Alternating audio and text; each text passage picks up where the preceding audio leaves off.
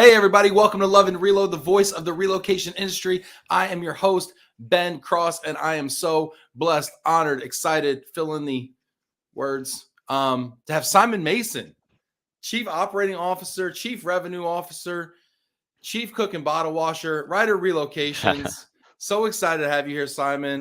This has been a long time coming. It's great to have you. Thanks. Welcome to the show, man. Yeah, thanks so much, Ben. I've been looking to come on for quite a while. I know we've connected over the last few years and just never really kind of came together on the show yet. But I love your energy. I love the show. It's great to finally be on.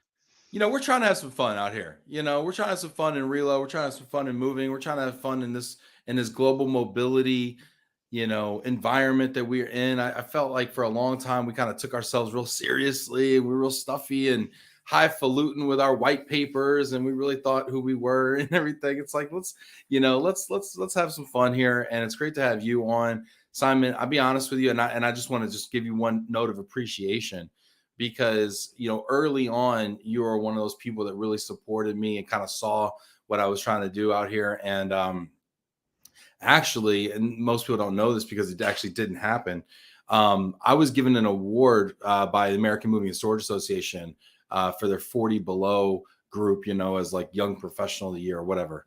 And you actually, I asked people if they wanted to record like a little something for me, and I was going to stitch it together and make a big thing out of it. And you actually recorded something for me, and that really like touched my heart so much. And I don't know that I ever adequately thanked you for that, but it meant the world to me that you would take time out of your day to do that for me. So thank you so much for being a supporter and doing that for me. Yeah, no problem. I mean, I think that's kind of how we connected early on, as I noticed you starting to do these shows. And I thought, good on Ben. I think he's one of the few who's brave enough to kind of put himself out there, be authentic and go live. And I think that led me to messaging you early on LinkedIn, just saying kind of good on you, Ben. I think it's wonderful what you're doing. You're bringing people together, you're connecting people, and, let me know I can support. And yeah, it was a pleasure just to put that little video together for you. And as I said, I just wanted to do what I could, even in a small way, to lift this off the ground. And I think what we've seen since you started this is lots of others kind of then get inspired and encouraged to get on live and engage with the audience and connect within our industry. And I think you have been at the forefront of that for a while now. And yeah, you were the one that stepped up first, I think. So kudos to you, Ben.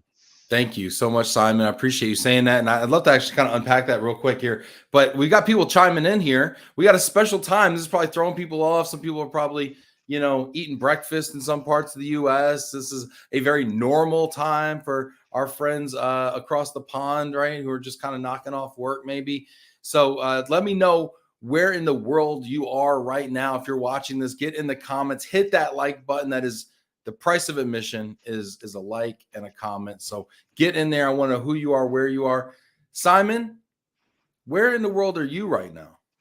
So I am in Dubai in the UAE, so in the Middle East. It doesn't sound like a Dubai accent I'm picking up on there, Simon. Yeah, it's a strange accent. I'm married to an American, spent a lot of time living in the US, picked up to some a bit of Australian twang after living in Australia for a few years, but born in Liverpool, England. So I've got the Beatles undertone going on there as well. Yeah, little Beatles with an Australian twang. That's how I always describe you, Simon. This is great. This is a lot of fun. I want to hear more about your path and your journey because it's super unique. And I also want to hear more about what you're doing now. And Simon is on the board of directors for the Worldwide ERC. So I want to understand what that's like because that's a bucket list item for me personally. So let's see who's checking in here. We got Stacy Huff, super producer Stacy, in on the show out of the Berg today. Ray Abbott from Tippett Richardson in Vancouver. Ray, what time is it over there? Is it you eating your Wheaties over there? Ray's in the moving business. He's been up for like 5 hours already, probably. Neil, good afternoon from Raleigh. What's up, Neil in Raleigh? Good to see Raleigh in the house. I lived in Raleigh for a while up in Wake Forest, near that area. Mary Lee, hello, Ben and Simon. What's up, Mary Lee? Aaron in the house, one of my fave shows. I'm so glad you did. Thank you, Aaron. And I appreciate you getting involved too and being here in season 3 and being such an active audience member here. This is the 3rd year now we're doing this, Simon. That's gone quick. I mean, I was trying to think of when I first messaged you and when this kind of whole show started, and I would have placed it kind of like a year or two ago, not three years, you say? Well, it's not. I mean, this Yeah. is the third year. So we started Ah, in okay, yeah, 2020, right? So we did yeah, all yeah, 2020 because it started in yeah, January. It started pre-COVID. That's how yeah, long yeah. ago this thing So you, started you were you were pre-COVID. ahead of the game because this became the medium, right, for communication, as opposed Because to in person. because you messaged me pre-COVID because I was going to go to the March, I think it was March AMSA meeting or something, and then they Yeah. canceled it last second due to COVID, and so I never got to do the awards. They had to ship me my award. Now that association is basically tanked and gone under, and now folded into ATA and whatever. But yeah, so that was pre-COVID. That was like a whole world ago. Yeah. Well, you've So made up for it in terms of award ceremonies since. I think I see you every week flying around the country and the world, and honestly, I mean, I try to be a very, grateful person and make it about other people, but I do like winning awards. And sometimes when I don't feel appreciated, I just give myself awards. It's probably a well, guilty you can pleasure of do that mine. nowadays. It 2 minutes. You go on the internet, you can order one. Just You can order write some whatever you want on it. acrylic. Yeah, it's like, Yeah. make make a presentation speech, make an acceptance speech, do both sides of it. Gordon Bell. Hey Ben, hey Simon. Hey Gordon, how are you? This a real who's who here checking in here. Look at you really bring them out, Simon. Duran, hi Ben and Simon. Looking forward to today's discussion. Kansas City's in house. Monique, great to see you both. Greetings from the UK. Monique, you got an award recently, I think I saw. So kudos to you. Well done. Sean, checking Everton or Liverpool? Big question here. Has to be Liverpool. I'm a big red, and I'm a season ticket holder still. So I'm very happy, and Everton supporters are very miserable at the moment. So I love it. I'm in a Is good it a place. zero? Is it a zero sum game with Liverpool and Everton? So like you're only happy when they're miserable? Does it kind of work that way and vice versa? Yeah, kind of. I mean, the city is quite divided. You even have divided households in Liverpool. So you have half the family Liverpool, half the family Everton, and that can make for, I'm sure, an interesting Christmas dinner. But luckily, my whole family are Liverpool and have been for many years. So and we're playing well, so I'm happy. Awesome. Fantastic. So I want to unpack this. What's up, Monique? Checking in. Thank you so much, Neil. Look at this. And keep it coming. Hit that like button right now. If you've got questions for Simon, throw them in the comments. I will prioritize your questions. But I gotta know, like, give me a rundown here because you got an American wife. I think you said, you got this amazing Liverpool accent with a bit of Australian twang, and here you're sitting in Dubai. What the heck is going on? How did you get here in this? What is your journey like? Because you have one of the more interesting careers, I feel like. Well, thank you, Ben, for the compliment in terms of it. Interesting. It's definitely been quite varied, and I've had the privilege of living all over the world and working with many different people. And I think part of that is to do with naturally where my career has taken me, but also just I think like many of us, I have a love of travel, and whenever there's the opportunity to kind of experience something new, I've taken it often. And my family have been happy to come along for that ride too. But I guess where I really started in this industry, because that's kind of often where the question begins, is my family actually had an international moving business that was started in 1884 by my great great great great grandmother, which is very unusual in itself because, of course, back in 1884, a woman starting a business in the UK was really quite unheard of, unfortunately. Such were the times back then. And it was really the company was called John Mason and is called John Mason International because at the time, again, you couldn't really call the business after a woman So because who did unfortunately she that name was it for? so it's a husband. So a husband was John. Yeah. So it's quite a The crazy. man behind the woman, apparently. Yeah. So I always like to kind of acknowledge her name with anything to do with the family business because really that was what drove it, which incredible 1884 at that time. What was her name, Simon? So yeah, Mary Mason. Mary Mary Mason. Mason. Yeah. So when I guess was looking to go to university, I was under no pressure to kind of stay in the moving or relocation industry. In fact, almost the opposite. I think my father had often talked about, I think it's best that you also kind of look at other industries and then decide if you kind of want to come back. not only because you might bring fresh new ideas or perspectives, but he always used to joke that, please go make mistakes on other people's time before you come back into the family business. So I think that was quite wise. Before you run my business into the ground, please Yeah, go run someone else's. exactly. Go make all the mistakes, get them out your system. So I was quite unsure, and I ended up going to business school in Manchester and doing a degree in international management, and that also took me to Australia. And I think, like many of my peers at the time, most of my peer group was set on being management consultants. That was kind of the cookie cutter factory for management consultants at the Big Four or Accenture. You go to Manchester Business School, you become a consultant, right? And that did interest me. I thought that was a challenging and interesting career. You get to work with some incredible companies on amazing projects. But while I was studying, I did some academic research. So I did my dissertation on understanding trends in expatriate management. And I guess that was probably when the real love for mobility struck me, because I really kind of began to understand the complexity of it. When I just saw it from one dimension, It seems like you discovered it on your own, right? Because I mean, you could have honestly just gone into the family business, inherited that, continued doing the day-to-day, but you went out, discovered your love for travel, discovered it from an academic standpoint as well with your studies of expats, and then like kind of discovered a purpose in it other than just being kind of, inheriting it. I mean, is that fair? Yeah, no, I think it is, in the sense that that's what's kind of unique. And I think that's helped me in the sense that, so much of my career, in fact, all of my career, I feel very kind of, it's been authentically driven by me. And I think that's important, because I think if you really want to be passionate about something, it's got to be you at the end of the day that has that intrinsic motivation, not somebody else telling you that this is what you should be doing. So that kind of academic research opened my eyes to kind of just how complex and international and deep expatriate management is.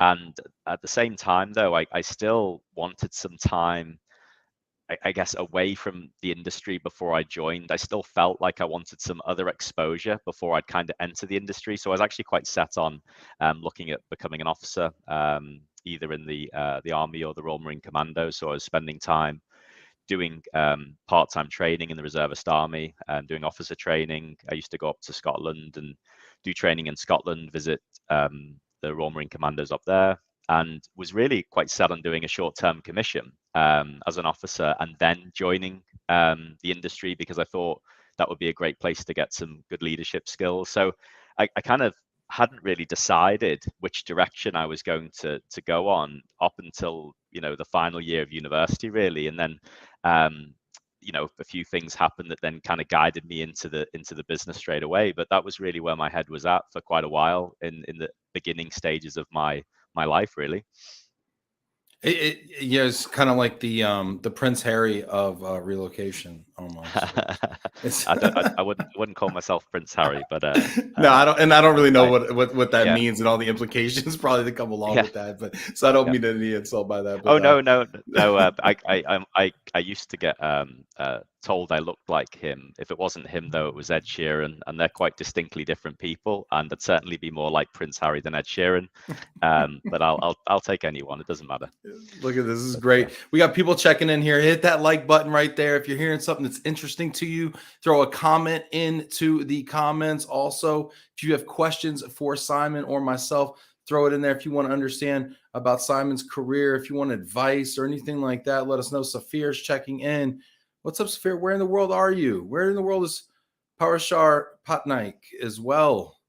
Hey, Simon, Ben, glad I'm attending this. Glad you're here as well. So. Yeah, I've got quite a few colleagues on, ex-colleagues, current colleagues. Did you send out a memo? Is this a requirement? Is this required viewing right now? I didn't actually. I think they probably, a lot of them are on LinkedIn, so I think they probably caught the post. But and that's the nice thing about the time, actually. I was wondering how much you would mock me, Ben, for being a high maintenance host, of asking if we could do a little bit earlier. You haven't got to it yet. I'm sure that was part of the show, but you're stealing my thunder. That's on the list here. That's bullet 7 actually is Yeah, is to make fun of me. So for those that don't know, I said to Ben, hey, thank you for asking me to be on the show. I'd love to be on, but at 1 a.m, Ben, I don't think I'll be very good for a discussion then. Is there any I prefer, possibility you for could the do it? record, I prefer Simon at 1 a.m. Go You ahead, do? Simon. Yeah, yeah. Maybe have after a few more drinks, and then I'm in a good place. But Ben kindly accepted my request to bring it a little bit earlier. But what that means is, I have most of my colleagues in India, and of course now they're able to kind of log on as well and hopefully watch the show too. That's And I'm awesome. surprised my buddy Darren in on the West Coast is up early. So good to see you, Darren's Darren. awesome. I'm sure Darren's already got 9 holes in at this Yeah. point. Darren and his dad played a mean game of golf. Elena checking in. Hey, Ben and Simon, looking forward to learning more. Elena, you always have great questions. Throw them in the comments. Christina, same for you. Good afternoon, gentlemen. Awesome. I want to hear how your 75-day challenge went too, Christina.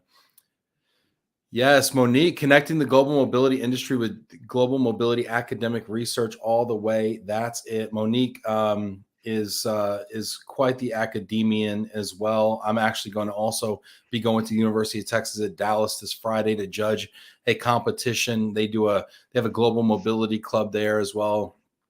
What do you think the opportunity is, Simon, for academia to play a bigger part in global mobility? People always say, hey, nobody went to school for this. We just fell into this.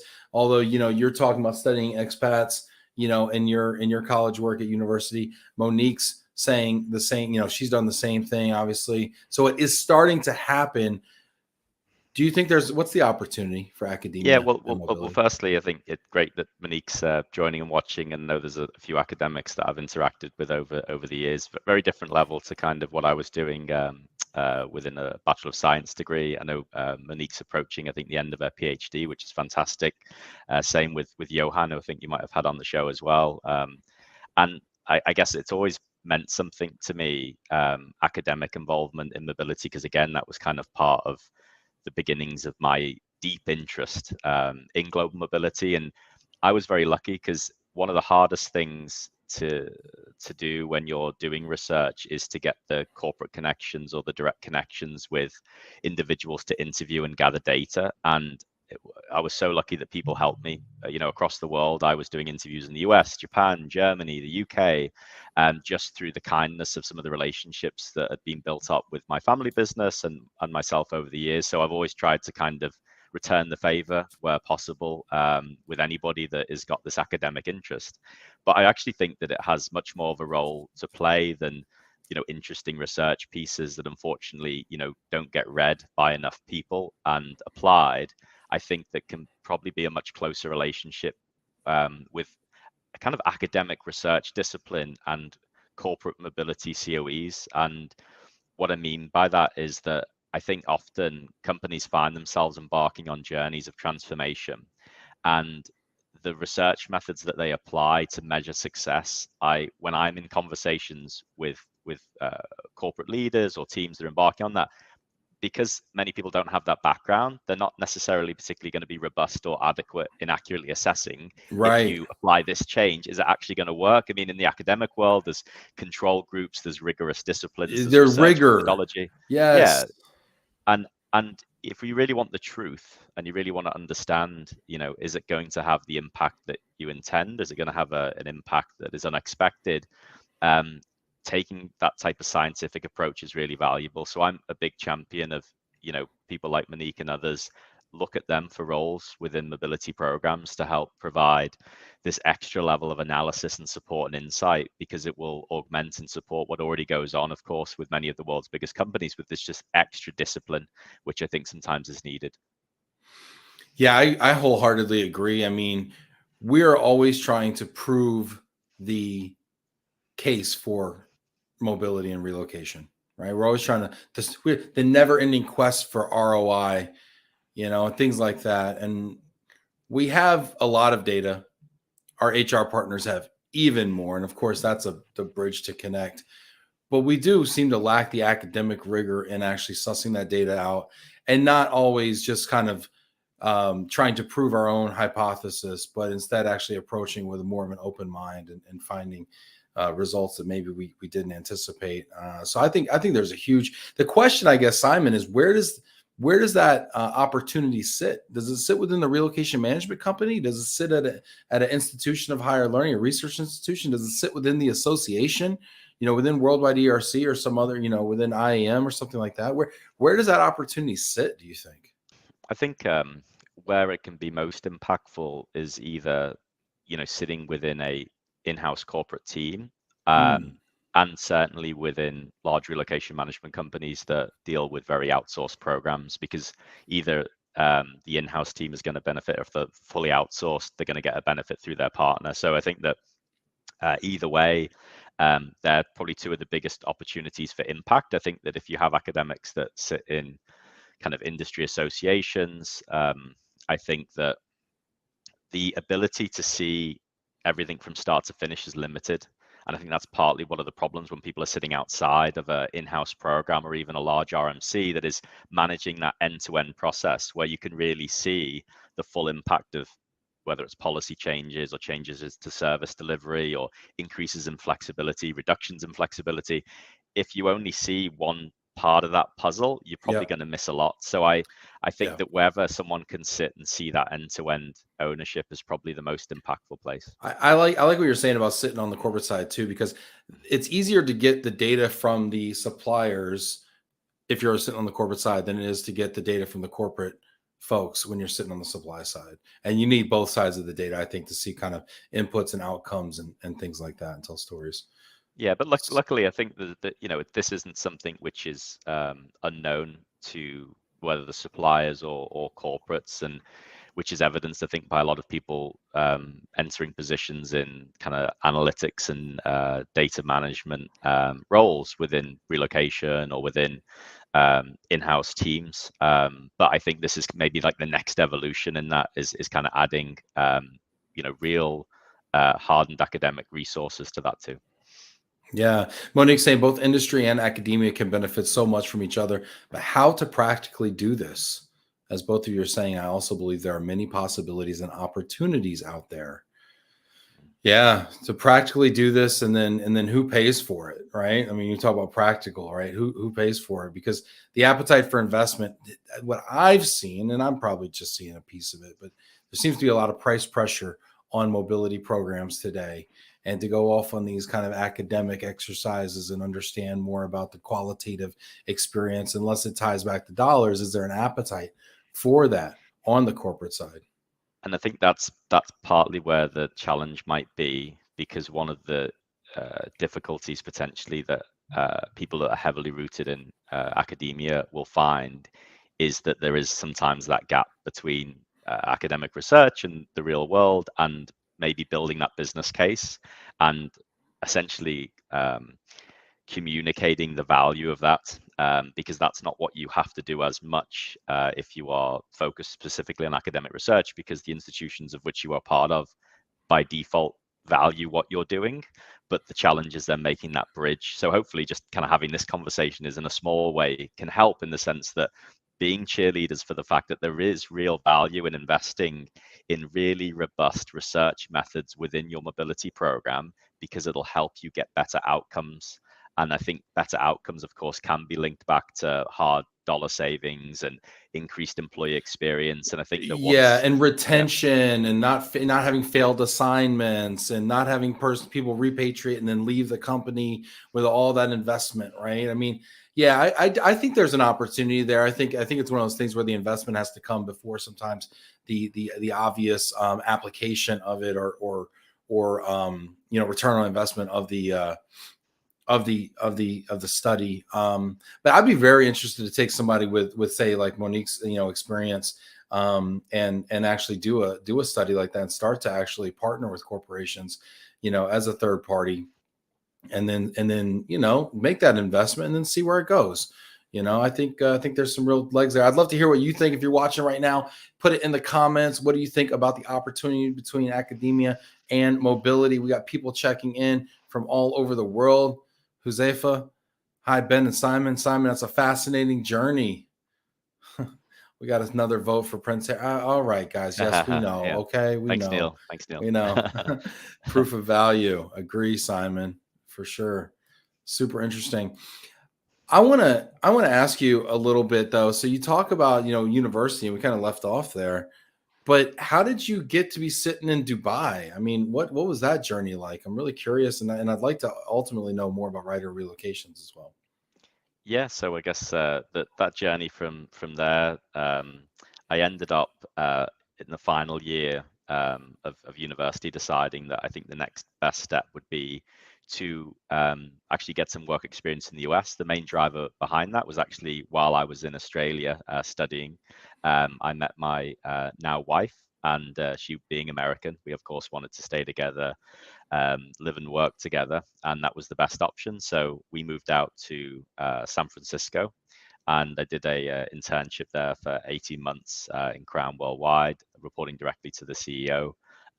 Deliberately focused on basically getting a view of all of the different parts of the business. So I spent some time in finance, customer service, sales, operations, and Wow. even HR. And that was a great opportunity to kind of see on a day-to-day basis um, the daily interactions of a relocation business, but then also that kind of helicopter view. And I really appreciated spending time in the afternoons, kind of getting that helicopter view and then getting back to my job. And I also was in as a move coordinator in the summer there too, which I to this day I think is the hardest job I've ever done. I think that Really, the move coordinator role in the I summer. really do. Oh, it's so. I mean, it's just relentless, right? In the sense It that, so I have is. a great degree of sympathy, and particularly in those busy periods, including the physical work too of in the moving business. I did that as well, growing up in the family business, and yeah, that is hard work and it is relentless. And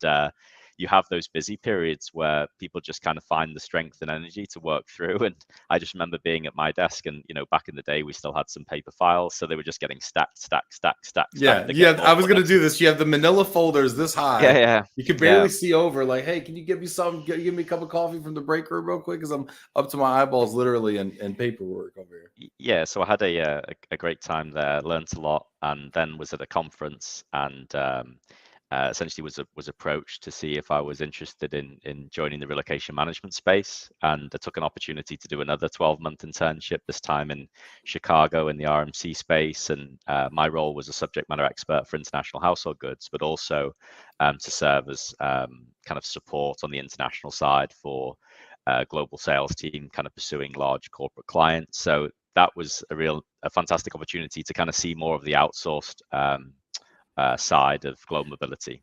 So when you were with Crown, you were on the moving side, Mhm. their household goods side, because they have a very robust household goods side. And actually, we had Stuart Lawson on yesterday, and then you went over to another RMC out of Chicago. Yeah, so I then moved over into the RMC space, was working out of Chicago for 12 months, and then actually took a role back in the UK 12 months later, back in my family business. So I went kind of RMC, kind of moving RMC, then back to moving. So then took over my family business in 2012 and moved the whole family from Chicago back to the UK. Wow. How they And like that transition? I mean, yeah, I love when relocation relocates, because there's, this. I've kind of found of the saying that relocation doesn't relocate typically talent, but then when we see people who either relocate on a self-directed basis or for some strategic reason, I'm always interested to see what they think of the product, what they think of the experience, what they think the opportunities are. So, how did your family take a transatlantic relocation? yeah, it was actually something I thought would be an interesting thing to talk about, because for me, my experience, I think highlights why companies, should invest in that support. And I think you're right in the sense that, yeah, people moving within relocation, businesses often, I guess, get the least support almost. And I of course had my household goods moved and everything else, but I think one of the things that, and we're the first to kind of turn down often additional support and help, because we're in the business, right? We know what we're doing. And I was still quite a young age when I made that move, and I think my thought process at the time was that, and I should have known this from my research, the biggest arguably, and there's other academics that have looked into this, the biggest traffic lane for expatriate failure is actually the US to the UK, or the UK Yeah, to I've US. heard that. It is a fascinating statistic because and in the in the US, here I am, right? As a US citizen who has a very healthy xenocentric viewpoint of the world, right? The number one place I would go is London because I'm like, okay, I know the language. Sweet, this has to be easy, right? And is that the pitfall that people run into? Yeah, I think that's the biggest challenge, is that they everyone thinks it's the same, but it isn't. So then when you think it's the same, you're not curious, you don't make the same efforts, you don't make the same investments in You're trying not to doing the kind of cultural training. You're not studying before you. no. I can wing this. Yeah, we've watched, my wife's watched British television, it's fine, I watch and then BBC for a week. I watch the British baking show. I should be fine, right? yeah, but and again, it depends on also. I mean, that's the fascinating thing about the US is I think like many countries, including India, where each state is distinctly different, right? And you can spend a lifetime just exploring the actual country, let alone different parts of the world, and that I think has an impact as well from a cultural perspective. So my wife's from Indiana, where traditionally kind of very warm, welcoming typically is often how people come across. So then when she came over to the UK, she's walking down the street with our dog. She's going to greet people, strangers, hi, how are you? And they're just ignoring her because, of course, in the UK, that is not as normal to do that. But in Indiana, that is totally fine, right? All So right. these I little want to things, they talk make about it. this for a second because I've heard this before and I have a little bone to pick with this stance, right? I went over to London. Look, at Aaron says people don't think the cultures are as different as they are US to UK. Ray is saying agreed. Yes. Ray, I'd feel the same way about Canada. Tell me I'm wrong. I'd love to know. But I went over to London for the first time last September. I'll be going next month. Super excited about it. And I was I was surprised because so many Londoners told me how folks in the UK were rude or kind of like to themselves or not as warm and all this stuff, and not as open and not as friendly and cheerful or whatever as the Americans. And I had more people come up to me as an American curious about, what am I doing here? And so excited to see me. And a lot of it probably was also due to COVID because they hadn't seen an American in like a year and a half. So like they were also like, what, who are you with? Are you CIA? What are you doing here? Because I How'd thought you there's get a here? travel ban. Yeah. You must be an ambassador or something. No, and because I'm in the, in the bars and the clubs, whatever. And a lot of people were coming up to me being really friendly, I thought. And but in the same breath as they were understanding, being friendly to me, telling me how not friendly people in the UK are, Well, and I found it odd. well, maybe that's maybe your frame of reference is what makes that true. As you said, bars and clubs, Ben. So I'm sure people are very friendly in bars Yes, and clubs after I seeing. did not But walk a dog down the streets. I yeah, did not. I went out only at night and only under the influence. So I do not yeah. know any other.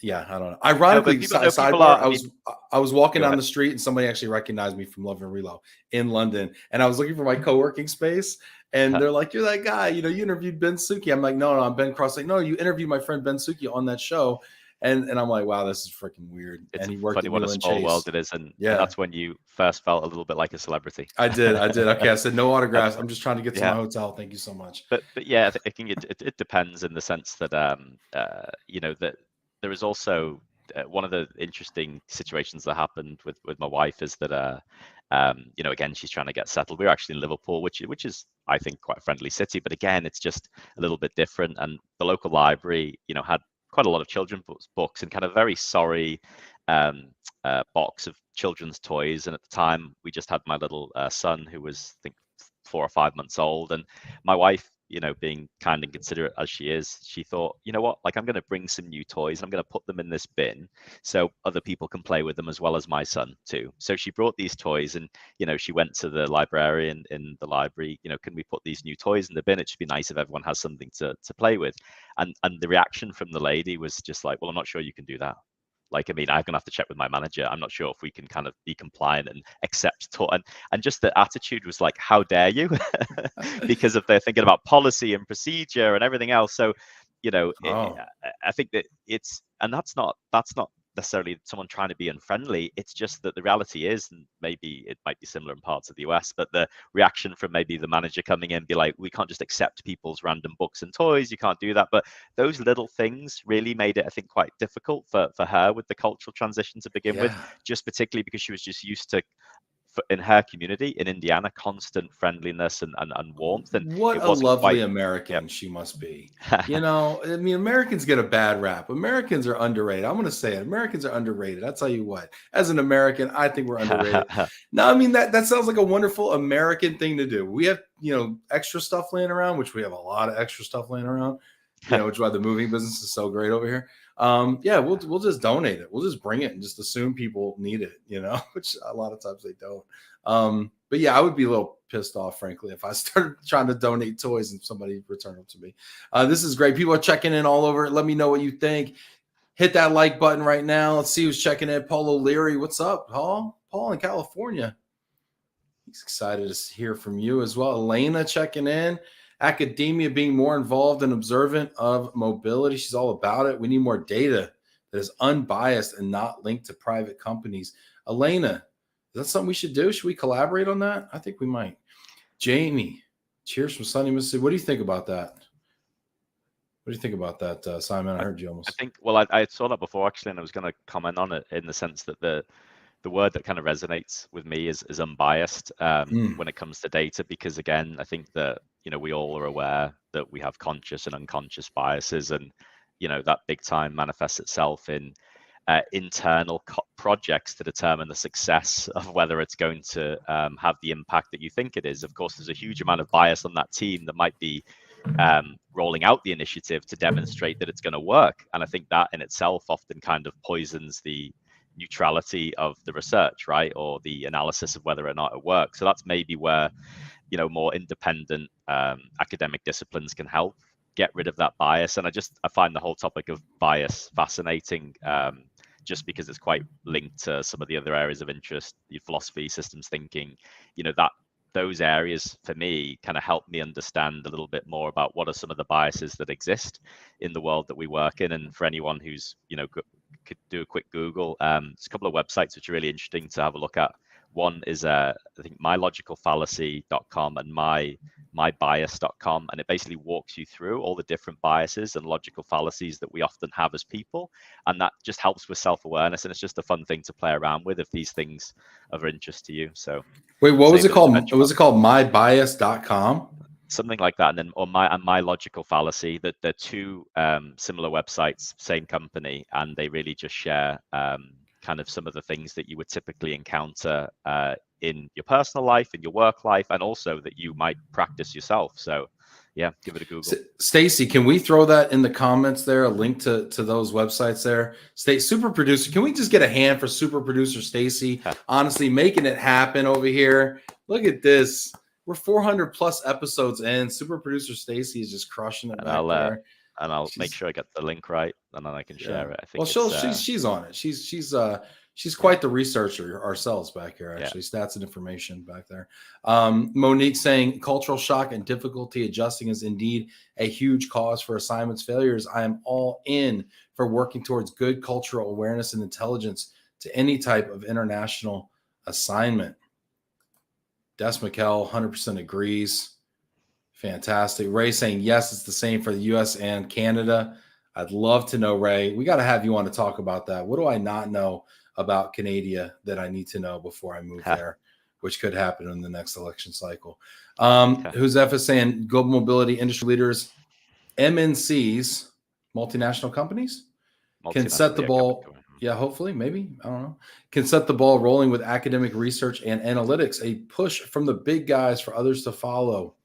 I like that, a push from the big guys. You're right. They do a benchmarking thing, put that data out there.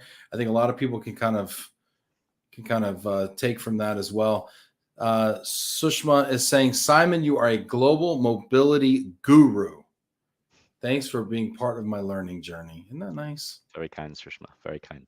Thank you. That's got to feel good. See, there's people come on Love and Reload. They're having a tough day. They're like, I don't know about myself. Maybe I'm not as good as I think I am. Maybe I'm just masquerading. And then people are just like, no, Simon, You're it. You're the guy. Well, no, this is a fun show and full of love, and A lot of I love. like the authenticity of the comments, the conversation, and I think you're the one that sets the tone, Ben. So I appreciate that. Well, thank you so much. That's really kind of you. Every 50 to 100 kilometers, people speak a different dialect and culture changes in India. Wow. That is Yeah. so interesting. That's another place I need to go. And tell me about Writer Relocations. That's a good segue in. Let's talk Yeah, about yeah. what We'll Writer jump. We'll jump. Relocations is up to. Yeah, so started in 1953, really as a moving business, but then grew into the organization it is today. So Writer Relocations, which is the business I lead, is actually part of a much bigger group, Writer Business Services. And Writer Business Services, from that humble beginnings as a moving company, is now a 10,000 person plus organization, which not many people would know, headquartered in Mumbai in India. And it has kind of four distinct verticals in that business. There's a business I lead, which is Writer Relocations. Then you have Writer Information, which is really focused on business process outsourcing as a service, hyper automation, even the application of like blockchain technology for services. You have cash management business, which really focuses on cash and financial management services, particularly in India. And then you've got the real estate arm as well. So quite a diverse business. And my business, of course, the relocation business, which I lead from Dubai, focuses on household goods, destination services, visa and immigration in certain markets. And we also have quite a large asset mobility or logistics division as well. And in my company, we have 500 team members, really scattered around 6 countries across the Middle East and Asia, but really a big centricity to India and Mumbai in itself, which is where our headquarters are. And that was part of the attraction that brought me over into this role, was that I think, as the comment from Duran mentioned there, knowing the origins of the business and knowing how India is really at the heart of this company, and being somebody that just is fascinated by experiencing these different cultures, and particularly when the dynamics can be quite challenging and different to where you grew up. It just was an incredible opportunity, and coupled with the fact that I get to work with these other businesses and leaders that are implementing, arguably some of the most kind of cutting edge technology in other sectors that can lend itself really well to what I'm doing and my team are doing in our business. So yeah, it's a fascinating group, and really is going from strength to strength. So yeah, that's kind of a little bit about Writer, and then what brought me into my role. Wow. That's fascinating. Going from, starting a moving business in 1953, and then growing it into something so diverse with, you said 10,000 Over employees? 10,000 employees, yeah. Yeah. Oh my gosh, that's incredible. And now with offices outside of India in Dubai. Oh yeah, I mean, we're in, as the group and my business. I mean, we're really all over the world now, in the sense that Singapore to India to the UAE to Qatar, Bahrain. We recently opened up in Saudi, which is a big area of focus for me, not Wow. only because of the proximity, but because of the business that we're winning there and the size of that market. So I'll be in Saudi in a couple of weeks' time. I'm in India next week, in Hyderabad and Bengaluru. The sister company of Rider Relocation is in the UK. We even have an IT business in Nigeria. I mean, it really is an incredible mix of talent in this company. And as I said, it's just a pleasure to be a part of, because the diversity of the other leaders that I get to work with in my role, and the people and the talent within the business that I'm lucky enough to lead is incredible. And from a cultural perspective, it's like nothing I've ever experienced before, as you can imagine. Yeah, I can't really imagine. So let me ask you this. I'm trying to always understand how the pieces fit together in this global puzzle.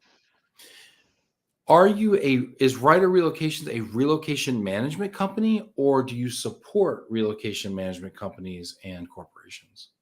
Yeah, so we're not a relocation management company.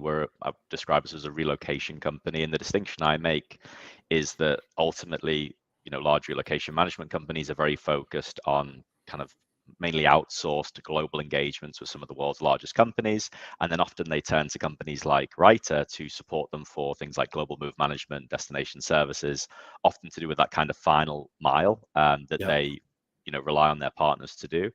And then, of course, as a business as well, given that, when you look at mobility, there's quite distinct buckets and profiles of how corporations choose to run their programs. So at a local and a regional level, companies won't necessarily go to large relocation management companies for household goods, DSP. They'll come to local companies and companies that are in their immediate vicinity. So we work a lot directly with corporates throughout the Middle East, throughout India, throughout Asia.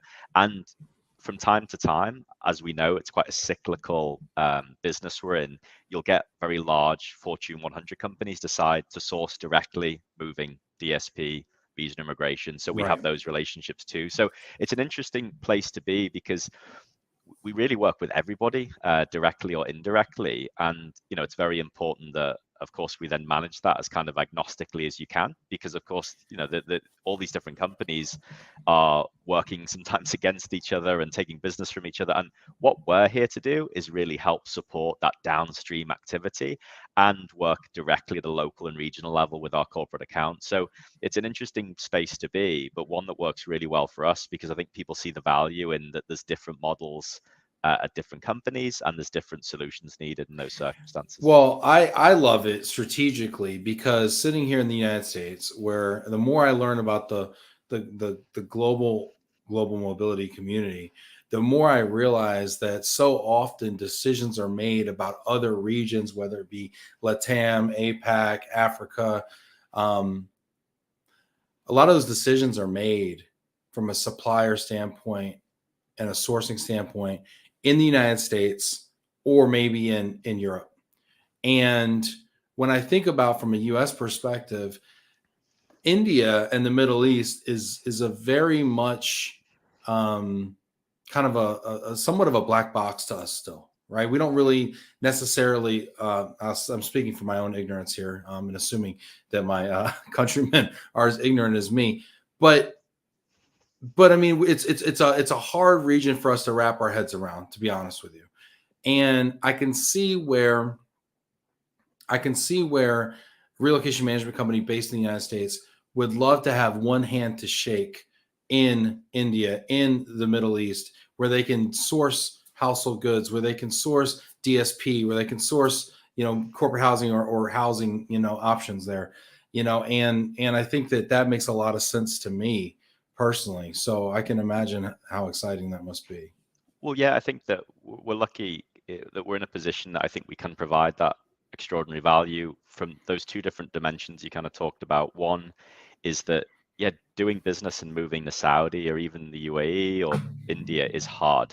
And no matter what you can do with technology, particularly some of the final mile delivery of some of those services is still very manual and can be quite painful and difficult. And of course, I know this as a business traveler, I know this as someone that's living in the region. Not everything can be particularly smooth and does require a lot of local on the ground knowledge. So of course, we support many companies and individuals that need somebody that is here and present in places like Saudi, in India, that know the nuances of the local market. But interestingly, over the years, Writer has also built up this significant business where we're really providing global back office move management, destination service management for many of the largest relocation management companies. And that is a great situation to be in as well, because naturally, if you can operate and support them in almost a 24/7 cycle from India with high technology, you could argue that the delivery of global move management can be done more efficiently there than maybe anywhere else.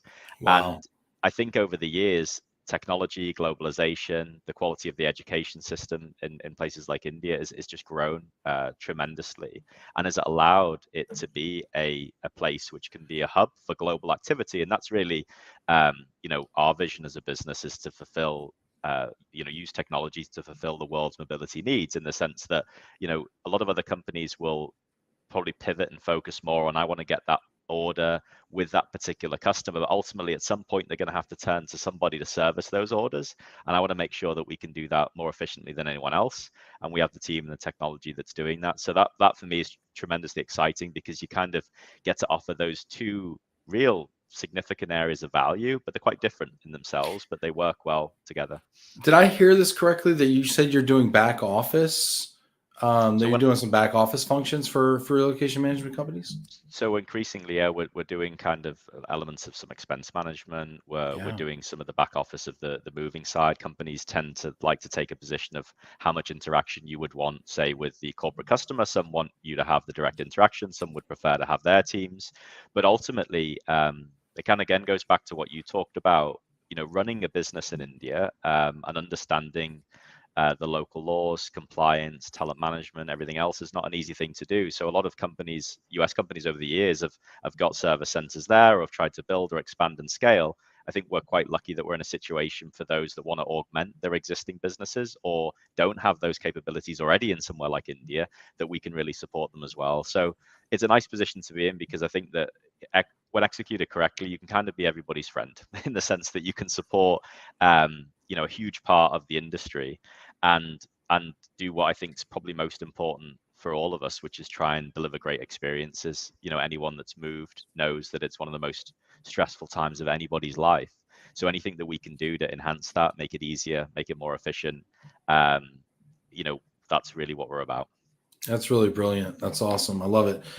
This is fantastic. We got people coming in. Thank you, Elena, coming in here with the link to mylogicalfallacy.com on the LinkedIn. For those of you on the Facebook, Stacy put it in here, mybias.net, as well as mylogicalfallacy.com. I'm going to have to check that out and run through that as well, because it's so funny because implicit bias, it's it's like a magic trick when somebody shows you that you have a bias that you didn't know about. It's scary going into it. It's like a magic trick when your eyes are open, and then the fear comes back. You're like, well, crap, no, what am I going to do about it? I gotta fix this thing about myself that I didn't know I had. It's like finding a tumor or something. You're like, what am I going to do with this thing? Well, that's I think what it's fun about looking at some of those websites, is that you'll recognize a lot within yourself, I think, and it's just great for self-awareness and a bit of fun as well. And Yeah, this hi is to Bill Rose. I interesting. see come up Look at Bill Bill there. Rose coming in here, been retired, wanting to check in, say hey. Long time family friend and friend. Very cool. Ben Heller, I joined late, but if you haven't asked Simon about systems thinking and you want to learn about your brain, ask him. He's a thought leader in it, and his perspective is always super insightful. Hope you are both thriving. Cheers. What's up, Ben Heller? Sounds good. You know what? Simon, tell me about systems thinking. Yeah, so I guess friends of mine, people close to me over the last couple of years will know that it kind of became a bit of an obsession of mine after doing some uh, executive training at Cornell University during the pandemic. I think many of us were looking for things to do with our time when we couldn't go out or leave the house, particularly in the UK. So I tried to learn the guitar. That failed very quickly, but luckily my son picked it up. And then I started getting into online courses in philosophy and systems thinking and just anything that I kind of felt that interests me. But systems thinking specifically, I appreciate it because it just covers, I think, every aspect of your life. It's not just about work; it's about personal relationships. It's really about how we see the world. So, Yeah, what is it exactly? yeah. So I guess in short, it's a holistic approach to analysis where we focus on systems, different constituent parts, and how they all interrelate. So essentially, you are looking at problems, challenges, things in your life, things in the world, and breaking them down and using the four simple rules of systems thinking to get a clearer mental picture of reality. Because systems thinking, as kind of a premise, says that we never view the world directly. We only view the world indirectly through our own biases. And that is quite a powerful statement, because when you really think about how we view the world, how we view this discussion, how we view anything that we read, because we have these biases, in many cases are unconscious. Once you kind of acknowledge that inherently every interaction, every conversation, everything that we digest, we are viewing through these biases, Right. systems thinking in some ways provides this disciplined tonic to how to get a better mental model of the real world. And the idea being that if you have a clearer picture of the real world, you can make better decisions and hopefully lead to better outcomes. So those rules are pretty simple, which is why they're called the four simple rules, is where you look at situations and you break it down into, firstly, what distinctions are we making? So let's take a business problem that you might be discussing, Ben. Maybe you're thinking about expanding part of your business, maybe recruitment business, Yeah. and you think, well, what can I do to expand that part of my business? Well, firstly, you start making distinctions around what success would look like. How do you measure that? And distinctions, that first rule, is critically important, because often we don't always take the time to think, what are we excluding and what are we including and why? And if you're actually applying that properly as a discipline, you're consciously thinking of the things that you're not going to be focused on just as much as the things that you are, and ask yourself, why are you excluding those things? And then you systematically work through these different rules. You think of the different perspectives different parties of the group are taking. Who has biases when they're looking at recruitment? Well, of course, people who are working in recruitment for you are going to have a biased perspective versus your perspective, right? And then you look at how these systems all interrelate and what are the relationships between them. So, to me, I guess on the surface, I like to think now it sounds quite simple. Maybe it sounds quite complicated, but the reality is, once you kind of learn that discipline, you naturally just start applying it regularly in life. So maybe that leads to more thought, but the idea is to try and improve the way that we think, which essentially is developing our kind of metacognition, so we can make better decisions. So for me, it's a really interesting discipline to learn about, and worth a Google. Well, so would you recommend just Googling it, or do you have like a book or a resource or something you've watched that really kind of unlocked the concept for you? So I did an Ignite session on it at ERC, but I don't know if it was recorded. So if it is, Ben actually, I think, led that session. So Ben maybe Leads share the every recording. Ignite session known to mankind. It's kind of his shtick. So Ben, if you've got the link to Simon's Ignite about systems thinking, Simon says the best place to learn about it is from his own talk on it. Well, thanks for taking that out of context. The reason I'm sharing that is that one of the things I find fascinating about it is that it, quite frankly, is one of the hardest things that I've ever had to explain. We all take pride in trying to make the complex simple and easy to understand. But what I just shared, for me, is kind of the simplest way I can break it down. And I struggled for months to try and understand through Google, through watching YouTube videos, and it didn't work. And it took me doing a course to understand it. So hopefully what I tried to do with that short video is just condense it as much as possible. So maybe we'll have the recording to it, but it's fascinating. You can spend your life learning it, like philosophy, and you will never be an expert, in my opinion. And I think that's the allure. Yeah, that's great. Ben, thanks for putting it up. Put it in the comments here so people that have watched this far can actually check it out. I love it. I love what you're talking about. I guess I have one question about that before we move into something a little more light. Is we all have these biases. Are they always bad, or are some looked at as experience and therefore good, healthy context that contributes in a positive way? I guess the depends on, again, kind of the distinction and definitions we'd make around the bias, in the sense that I think I wouldn't want to mix it with having experience as a negative thing, in the sense that, of course, our experiences do impact our future decision making and perspectives, and that often can be in a positive way and a very useful way. I think maybe the biases that are more dangerous are the ones that you're not aware of, right? The unconscious biases, because then you're not really putting anything in place to mitigate against potentially negative impacts of those biases. So yeah, it really kind of depends on the circumstance, but that's kind of how I would I guess answer that question. Is I think they're the more dangerous ones, the ones that you don't realize you have. So conscious bias is good. It's context, it's experience, it's understanding.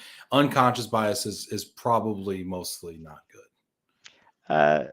Well, I mean, it's interesting because it can work in different ways, in the sense that some people might, for instance, have like a real need to please people because they have some particular unconscious bias to do with that. And that's not a bad thing, but it could be bad if you're running a business, right? And that has a negative impact on other aspects of the business because you're trying to please everybody, right? So it really depends on the circumstance. And the thing about biases is that I think the biggest thing that everyone should focus on, and I think most people do at some level, is trying to understand what are yours, right? And what impacts do they have?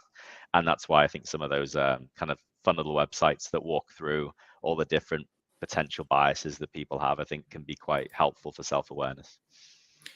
Ben Heller comes in here with a comment. Ben, this is kind of cool. I like this, Ben.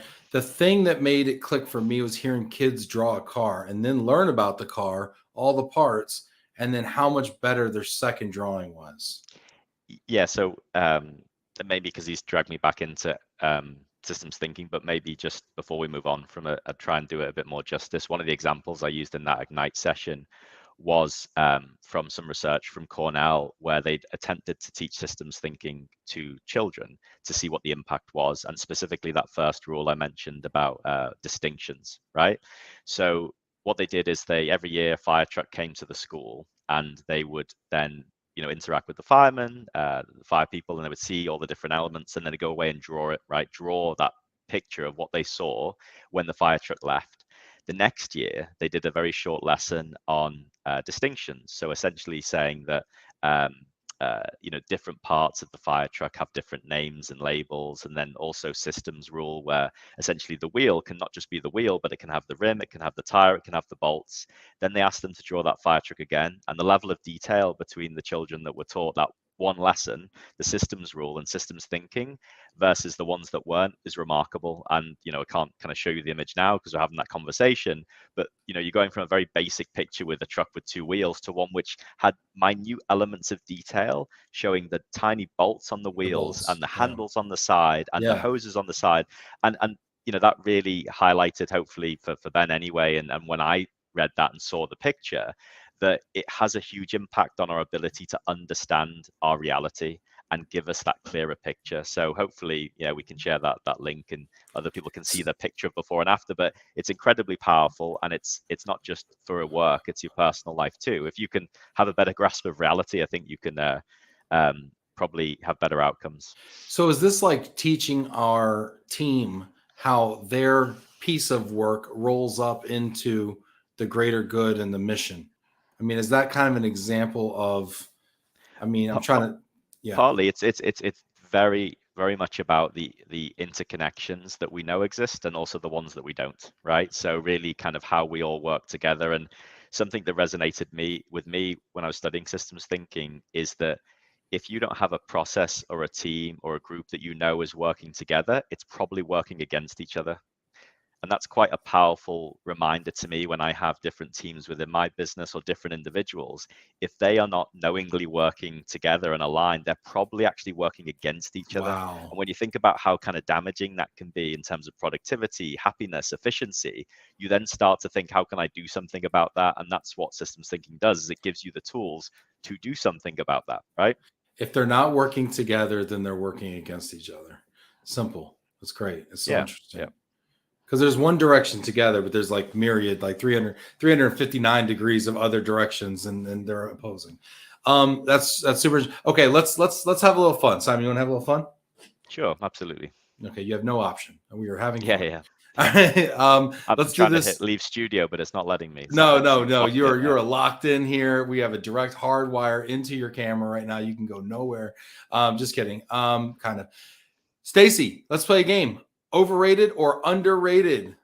Basically, Simon, I'm going to ask you if something is overrated or underrated. You're going to tell me what you think. I'm going to tell you if you are right or wrong, and we'll all learn something.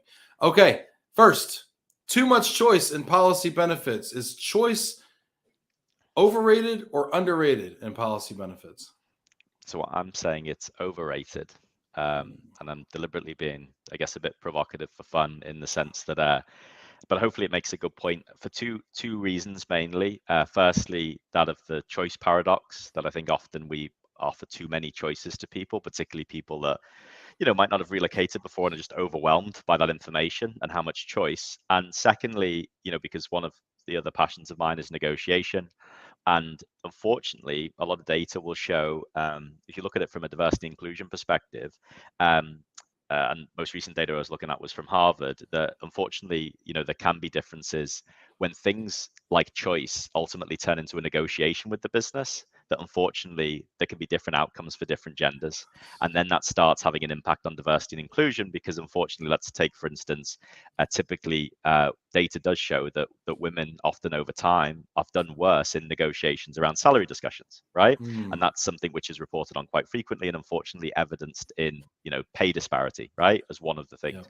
So I don't like it when policies push into a space where things are up for negotiation, because I think it can have an impact from a diversity and inclusion perspective. And then if you look at it from a neurodiversity space too, people that might have different types of neurodiversity themselves will potentially struggle with being overwhelmed by all these different choices and options versus just giving someone kind of a simple and clear policy or benefit. So for me, that's why maybe it's overrated. And I think that's maybe a place for academic exploration, because there is going to be a tipping point in any program that can be measured, arguably, of what is that optimal range or place of choice. And I don't think many companies invest in finding where that perfect balance is on the seesaw, but it can be found, I think, with the right research methods. So it's overrated. What you just said there was brilliant. My takeaway there is the choice paradox and the fact that it leads to negotiations, which could have negative implications for diverse and neurodiverse populations. That is eye-opening. I agree. It's overrated. I am persuaded. You're a 1 for 1, sir. All right. Okay. Next, Stacy. Intercultural training and spousal support. Overrated or underrated? Be provocative. So I'm sure very pleasing to Des, who was on from the expat and actually helped me with my own intercultural training when I moved out to the UAE. I'm saying it's very much underrated. It is often the first thing that gets cut when budgets get stripped back. And my position is always, if companies saw the data and the difference that it makes, they would never do that. Because of course, and this kind of touches upon some of the outcomes of my research, the one of the biggest outcomes wasn't particularly novel or unique, but was really kind of reconfirming what many people know, that the inability of the spouse or the partner or the family in general to assimilate into the new environment is one of the biggest, if not the biggest, reason for assignment failure. And that can be significantly minimized by giving effective intercultural training and spousal support. And yeah, so for okay. me, All right. I'm underrated. going to challenge you here, Simon. You took the easy road on this one. Okay. Underrated. And yeah, sure. I'll go with that. I like it. I think you made the case. But I'm going to play the role of my good friend, Jack Jampel, who will be on the program, I think, next week, hopefully, if he doesn't back out on me. And he'll say, okay, budgets get cut. You got a traditional relocation policy benefits. Budget gets cut $500. You're making the case to leave in intercultural training, spousal support. I'm just saying it's $500. Maybe it's not. I don't know. Where do you take the money from? What else do you cut instead? Yeah. So I think firstly, maybe it depends upon the drivers behind that assignment, because I think in some cases, I think there's potential for a company to look at simply reducing, and it's a an unusual thing to say from a supplier perspective, but I'm trying to be agnostic in answering your question. Is where can you potentially reduce the volume? Where can you maybe hire locally? Where can you maybe apply a different policy to reduce that overall spend? Or and I've spent a lot of time with procurement leaders over the years. Can you take a step back, look at the total cost of ownership, and find some savings or enhancements somewhere else? So it's look kind at of, it programmatically, not from like a single relo yeah, because budget, but like let's look at the program budget and say, it's can we hard cut 2% somewhere?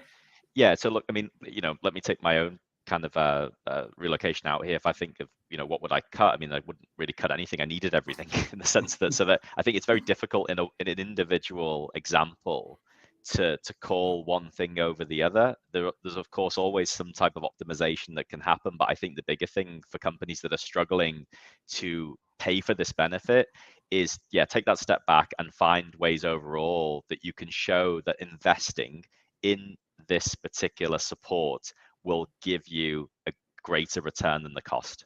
And I think that this is why people like Des and others in the industry, I think, are very good to have conversations with, because they'll help you make that business case. Now, whether or not individuals will be effective at communicating that and be successful is another thing, but there's a lot of data out there that people probably aren't using that they could do. All right, you're 2 for 2. You won me over. I love it. You got phenomenal answers. This is amazing. Next, Liverpool football, overrated or underrated? Oh, well, I mean, always underrated. I think, can never speak highly enough about Liverpool Football Club, but not everyone in the world feels the same way. So, actually, just on Liverpool, for many who don't know how fanatical people are about soccer in England or Liverpool, I guess a great quote from one of our famous managers summed it up. He said, "Some people think football is a matter of life or death. It's much more important than that."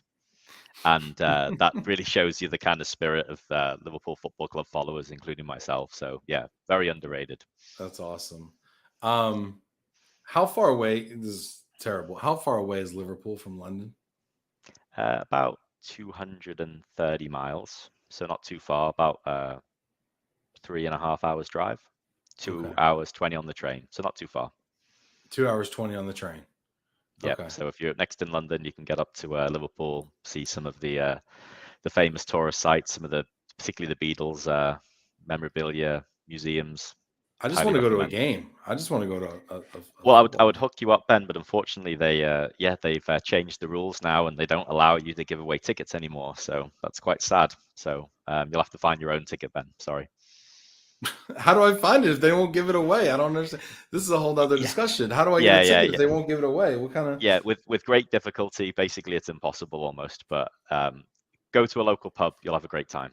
Okay, sounds good. Sounds good. We got another one, Stacy. The metaverse, overrated or underrated? Yeah, so I guess uh, it's I brought this up on purpose because I think it's an interesting area to discuss, and I'm not an expert on it, and nor do I have a particular strong position.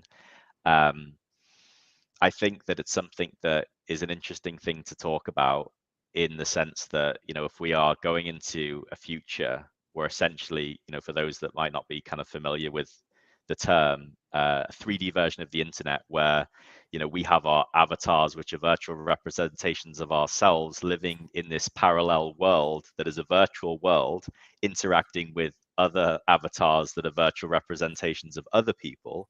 And then we start getting possessions like houses and NFT pictures and have jobs where we're getting paid in virtual cryptocurrency, how can we not look at that and think that eventually, legislation to do with tax, visa and immigration, compliance might end up catching up with that virtual world and worlds, given the fact that people naturally will have maybe the same desire to relocate and move across different virtual worlds that might not be the same, which again might come with that some of the complexities that exist when people move across borders.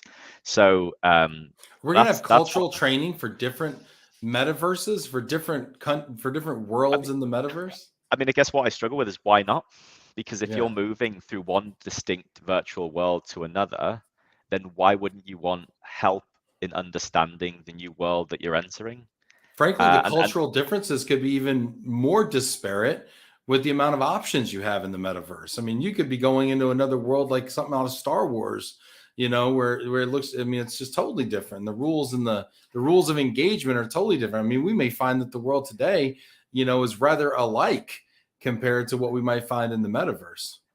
yeah, I mean, and I think that it could be radically different, and it could be even probably, the odds are on it be more complicated, right? Things aren't getting simpler; things are getting more interconnected. Again, something that speaks a lot to systems thinking, but the world is being more complex. It is more volatile. It is more interconnected, and I expect no different from the metaverse. And how do we deal with those problems? I saw a funny meme the other day, which I'm sure you'll find amusing. It was someone posted, "The tenant living in my metaverse house disconnected their crypto wallet and refuses to pay rent. What are my legal options?"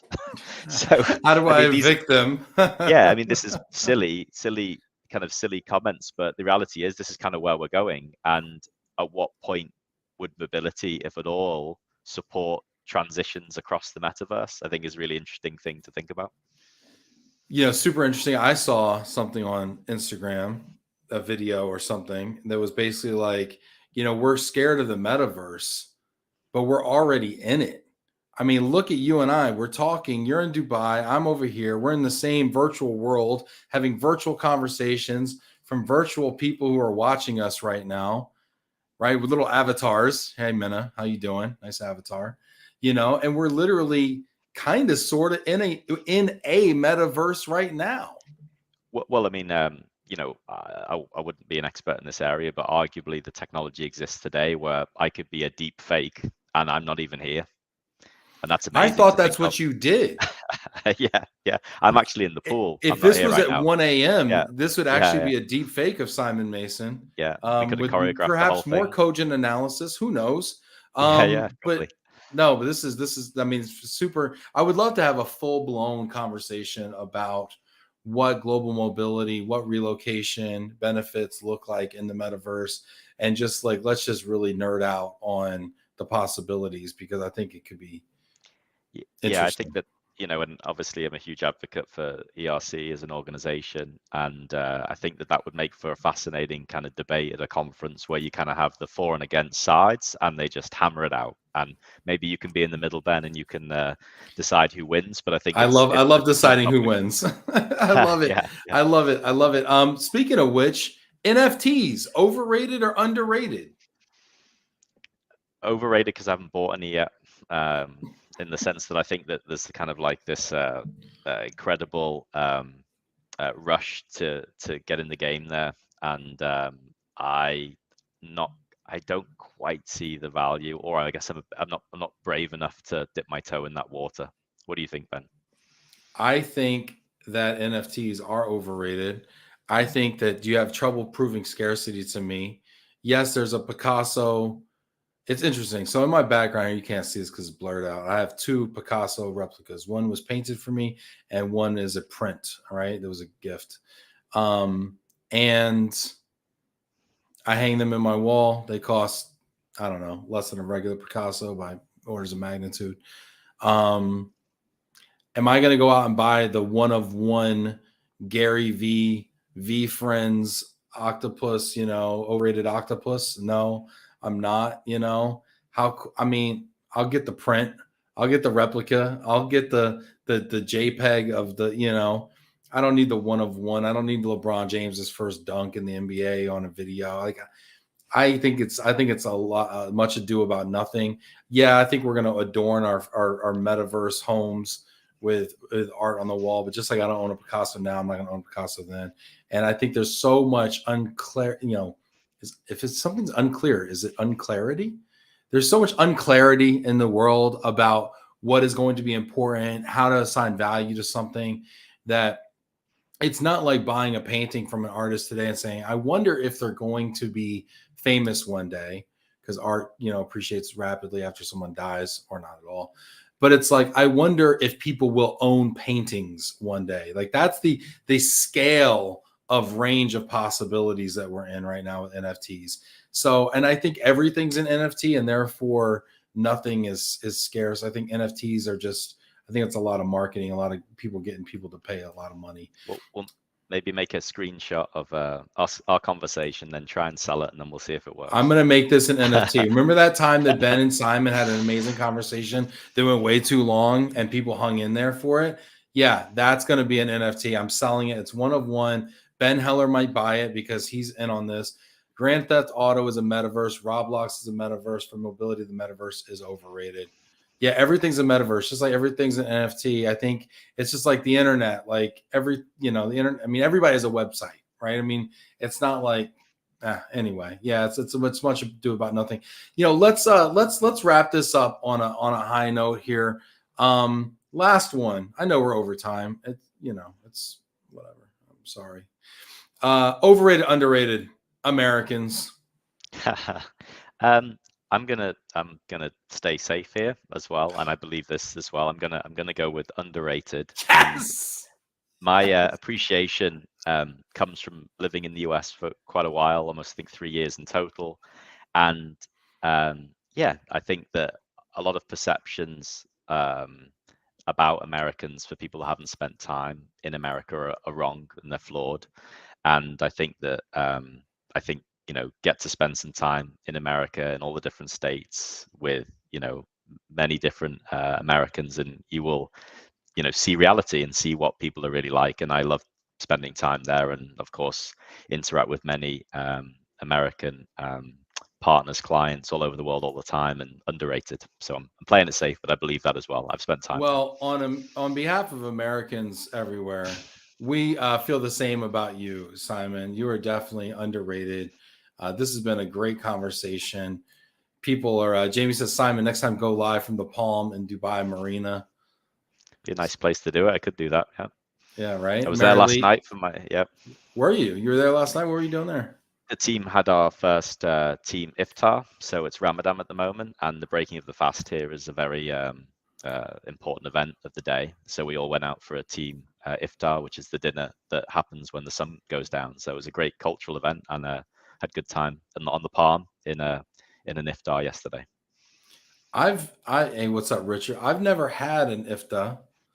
What is for dinner? I'm like hungry right now. It's lunchtime here in the US. Normally, there's these huge kind of temporary tents they set up in Dubai anyway, that really have kind of huge buffets of food, and you spend kind of a couple of hours really kind of grazing and talking, and a lot of the drinks in particular, of course, no alcohol, of course, is these really interesting date drinks and pomegranate drinks and things that are really different and unusual that you would never have in the UK or the US. So yeah, it's a really great experience, and it was nice to do that with the team yesterday. So maybe at the Palm next time. Beautiful. I love it. Absolutely love it. Richard wants to know if we should speak soccer. Richard, you missed it. You missed it. Mary Lee, if companies at the C-suite levels are saying they are investing in diversity, spend, and accountability, should be showing investment in all areas of the company. This includes cultural, educational, and coaching programs, increasing and not being reduced or cut in mobility programs and global team building. So she's drawing the equating diversity, DE&I, with investment in cultural training. I think that's not a bridge too far. I think that's really interesting. I'm not seeing the investments in mobility and global teams that help with impactful changes. If companies are serious about DE&I, should they be investing in their global teams working together, to your point earlier? Because if they're not working together, they're working apart and working divergently. Is mobility part and parcel of DE&I? I think, well, it depends upon the policies and some of the reasons behind the activity, right? And when I say depends upon the policies, if we go back 20, 30 years, when you think about who was the typical profile of people getting heavy benefit expatriate assignments, that probably was not a very diverse group of people, sadly. You'd probably get a lot of kind of very senior, primarily kind of white male leadership getting sent out on expensive assignments to places like Hong Kong or even Dubai or Paris, and that in itself doesn't help with diversity. In fact, it kind of exacerbates that problem, right? So I think that when the mixture of benefits are right and the reasons behind assignments are correct, it can be something that can augment and assist with this with increasing diversity and inclusion across a business. And that could be, for instance, giving the right level of benefits for members of staff that might have neurodiversity, or giving the right benefits to whether it's kind of working mothers. There's all sorts of different components of that, which mean that mobility can actually help, but also harm diversity inclusion if not executed correctly. So I think it can be both the thing that is the problem as well as the solution. I love that. I gave you a softball and you just said, you know what, it could go either way. And you made a great case for it as well. I mean, most people would have just said, yeah, sure, sounds great. Mobility is part of DE&I and we should invest all those DE&I dollars in there. I totally agree with everything you said. I mean, you're 100% right. It's the mobility is a tool. Depends on how it's used, right? So, super interesting. Simon, this has been amazing. We've talked for 83 minutes. Have no idea what time is it over there in Dubai? It is almost 9:30 at night. 9:30. You're a champ. I appreciate you so much. Is there a final thought you want to leave our audience with today? I guess nothing apart from thank you all for listening if you still hung around, and thank you, Ben and team, for inviting me on the show. It's been a pleasure, and I just love what you do. I think one of the great things about mobility is the fact that we're in an industry where everyone, I think, seems to know everybody, and there's a huge amount of interconnections within our business, and I think that's one of the reasons why we're a force for good. So I think this has been a lot of fun, Ben, and thank you so much for inviting me on the show. Simon, it's been a real pleasure, and thanks for being a part of it. And I love the way you think, and it's made me smarter, I think, talking to you. So thank you so much, and thanks again to everybody who watched today. We wouldn't have a show without people watching this. So thank you all. Hit that like button, please. Give Simon a virtual round of applause in our little corner of the metaverse here on Love and Relo, and we will see you all